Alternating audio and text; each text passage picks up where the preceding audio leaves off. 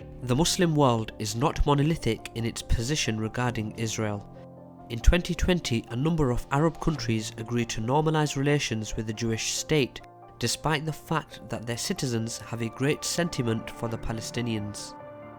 Such actions have already resulted in the decline of the influence of the Persian Gulf monarchies on the Palestinian question.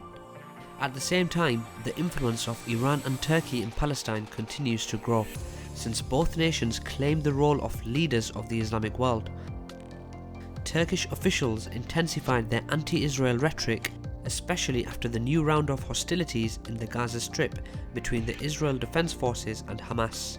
But Ankara still maintains relatively good relations with Tel Aviv, primarily in terms of economy. What are Turkey's interests in the region, and why doesn't Turkey protect its Muslim brothers and sisters in Palestine?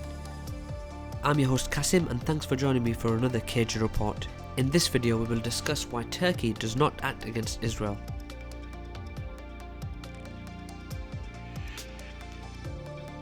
In March 1949, Turkey was the first Muslim majority country to recognize the State of Israel.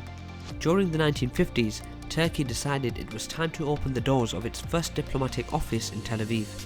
Ever since, the two nations developed strong economic ties.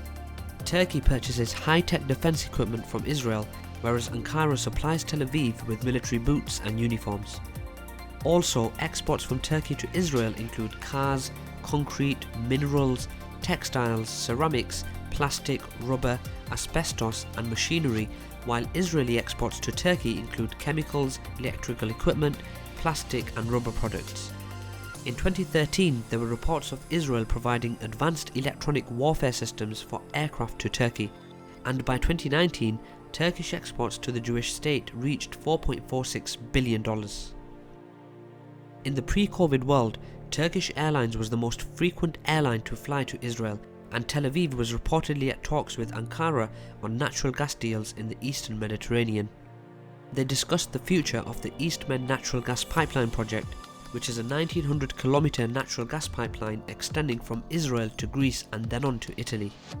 Once completed, the underwater pipeline would be the longest and deepest in the world and would provide Israel an opportunity to export gas to Turkey, which could reduce Turkish energy dependence on Russia.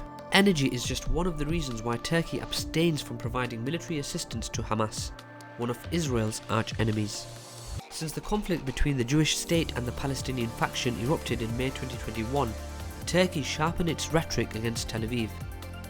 Israel, the cruel terrorist state, attacks the Muslims in Jerusalem whose only concern is to protect their homes and their sacred values in a savage manner devoid of ethics, said Turkey's President Recep Tayyip Erdogan. To the Islamic world we say, it's time to stop Israel's heinous and cruel attacks. To humanity we say, it's time to put this apartheid state in its place, Erdogan's press aide Fahrettin Altan wrote on Twitter. We know Israel is an enemy of Islam, Erdogan continued. We want all of humanity to follow closely Israel's hostility against Islam. Surely, as long as Israel maintains this attitude, it is impossible for bilateral relations to reach a level we would like, he concluded.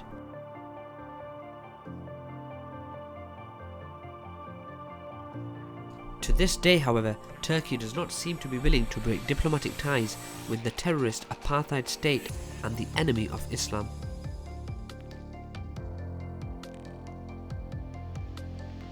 Moreover, Ankara does not even take any serious and practical steps to protect the Palestinians, which is quite understandable given that Turkey aims to preserve relatively good ties with the Jewish state and to secure its own geopolitical interests in the Levant. In 2010, Ankara dispatched its Mavi Marmara flotilla to Gaza, but the vessel was raided by Israel, which resulted in the death of 10 pro-Palestinian activists, most of them Turkish citizens.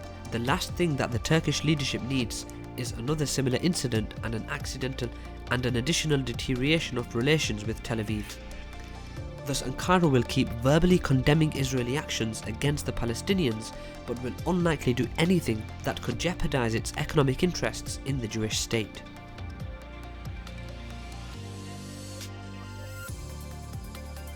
Relations between Turkey and Israel were strained even before the Israeli police fired rubber bullets and stun grenades at Palestinian protesters at Jerusalem's Al-Aqsa Mosque in May 2021. In 2018, after the then President of the United States, Donald Trump, announced that his country would move its embassy from Tel Aviv to Jerusalem, Turkey withdrew its ambassador from Israel, but not from Washington. It was a clear demonstration of Turkey's restrained policy towards Israel and its major backer. Had Ankara withdrawn its ambassador from Washington and broke diplomatic ties with Israel, the US and its satellites would have easily found a way to do serious harm to the Turkish economy. In order to prevent such negative scenarios, the Turkish leadership decided to implement half measures vis-à-vis Israel, which is why critics often accuse President Erdogan of hypocritical behaviour. Indeed, Turkey's relatively weak actions may have an impact on the Islamic world's perception of Turkey as the main defender of the Palestinians. As a result, the most radical groups of the Palestinian resistance could begin leaning towards Iran, despite the traditional divisions between Sunnis and Shias. They could simply choose partnership with Tehran against their common enemy. That would allow Iran to position its axis of resistance as a structure that aims to protect all Muslims, not just Shias. For both Iran and Turkey, the protection of the Palestinians is seen as a way to demonstrate a strong willingness to defend not only their own national interests, but all Muslims in general. However, without concrete action on the ground, it will be difficult for Ankara to defeat Tehran in a competition for influence over the Palestinian factions. It is worth noting that at the beginning of the Syrian civil war, Palestinian Hamas and Iran-sponsored Hezbollah were on the opposite sides of the barricades. After the mediation of the late Iranian General Qasem Soleimani, relations between the two organizations improved, and Hamas leaders began visiting Tehran. Hezbollah leader Sheikh Hassan Nasrallah said on several occasions that the Lebanese group could use thousands of missiles to attack facilities in Israel, in particular to destroy the strategically important port of Eilat. However, in spite of the tense situation on the Palestinian territories, Hezbollah will unlikely start a war against Israel. It is important to understand that the Party of God is one of the strategic assets of the Iran-backed axis of resistance, which means that it will be used only in the case of a full-scale war. In the meantime, the group will be on hold, ready for joint actions with Hamas against Israel. Unlike Iran, Turkey does not have its own proxies in Palestine, nor have Turkish-affiliated groups in Syria demonstrated any desire to act against the Jewish state.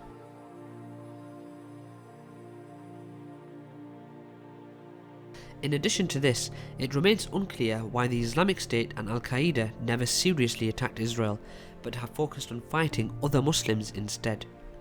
Indeed, as long as the Muslim world remains divided, Israel does not have to worry for its safety and existence.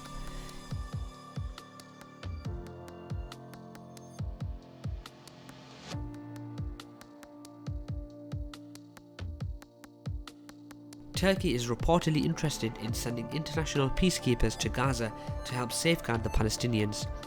Recently, Turkey's President Erdogan spoke with his Russian counterpart Vladimir Putin, noting that the international community needed to teach a deterrent lesson to Israel, and adding that Ankara was working to mobilize this reaction. There were speculations of Erdogan discussing with Putin an option of sending joint Russo-Turkish peacekeeping troops to the region. In reality, however, Israel, as more or less a sovereign state, would never agree to host such peacekeepers. Erdogan's proposal was most likely addressed not to Putin, but to his own Turkish voters, as well as to the Muslims around the world that still believe that Turkey could play the role of their patron. In reality, Ankara as a regional power aims to preserve good ties with both Israel and its opponents, while the interests of the Palestinians and other Muslims can be considered of secondary importance. If history is any guide, Turkish harsh rhetoric is never followed by any serious anti-Israeli actions on the ground, which means that relations between the two countries will likely improve once the situation in Gaza stabilizes. Finally, to all KJ Report subscribers, to all viewers and all people interested in politics, remember this: actions always speak louder than words. That's all for today, guys. Thanks for watching another KJ Report. I hope we provided you some insight into Turkish-Israel relations and why Turkey has no intention whatsoever to help the Palestinian people. We hope you enjoyed our video, and we would love to hear your thoughts in the comments below. Please don't forget to visit our website kjreports.com, where you will not only get geopolitical insights and access to all of our content, but will also be supporting KJ Report's survive, expand and conquest. Thanks for watching again, and see you next time.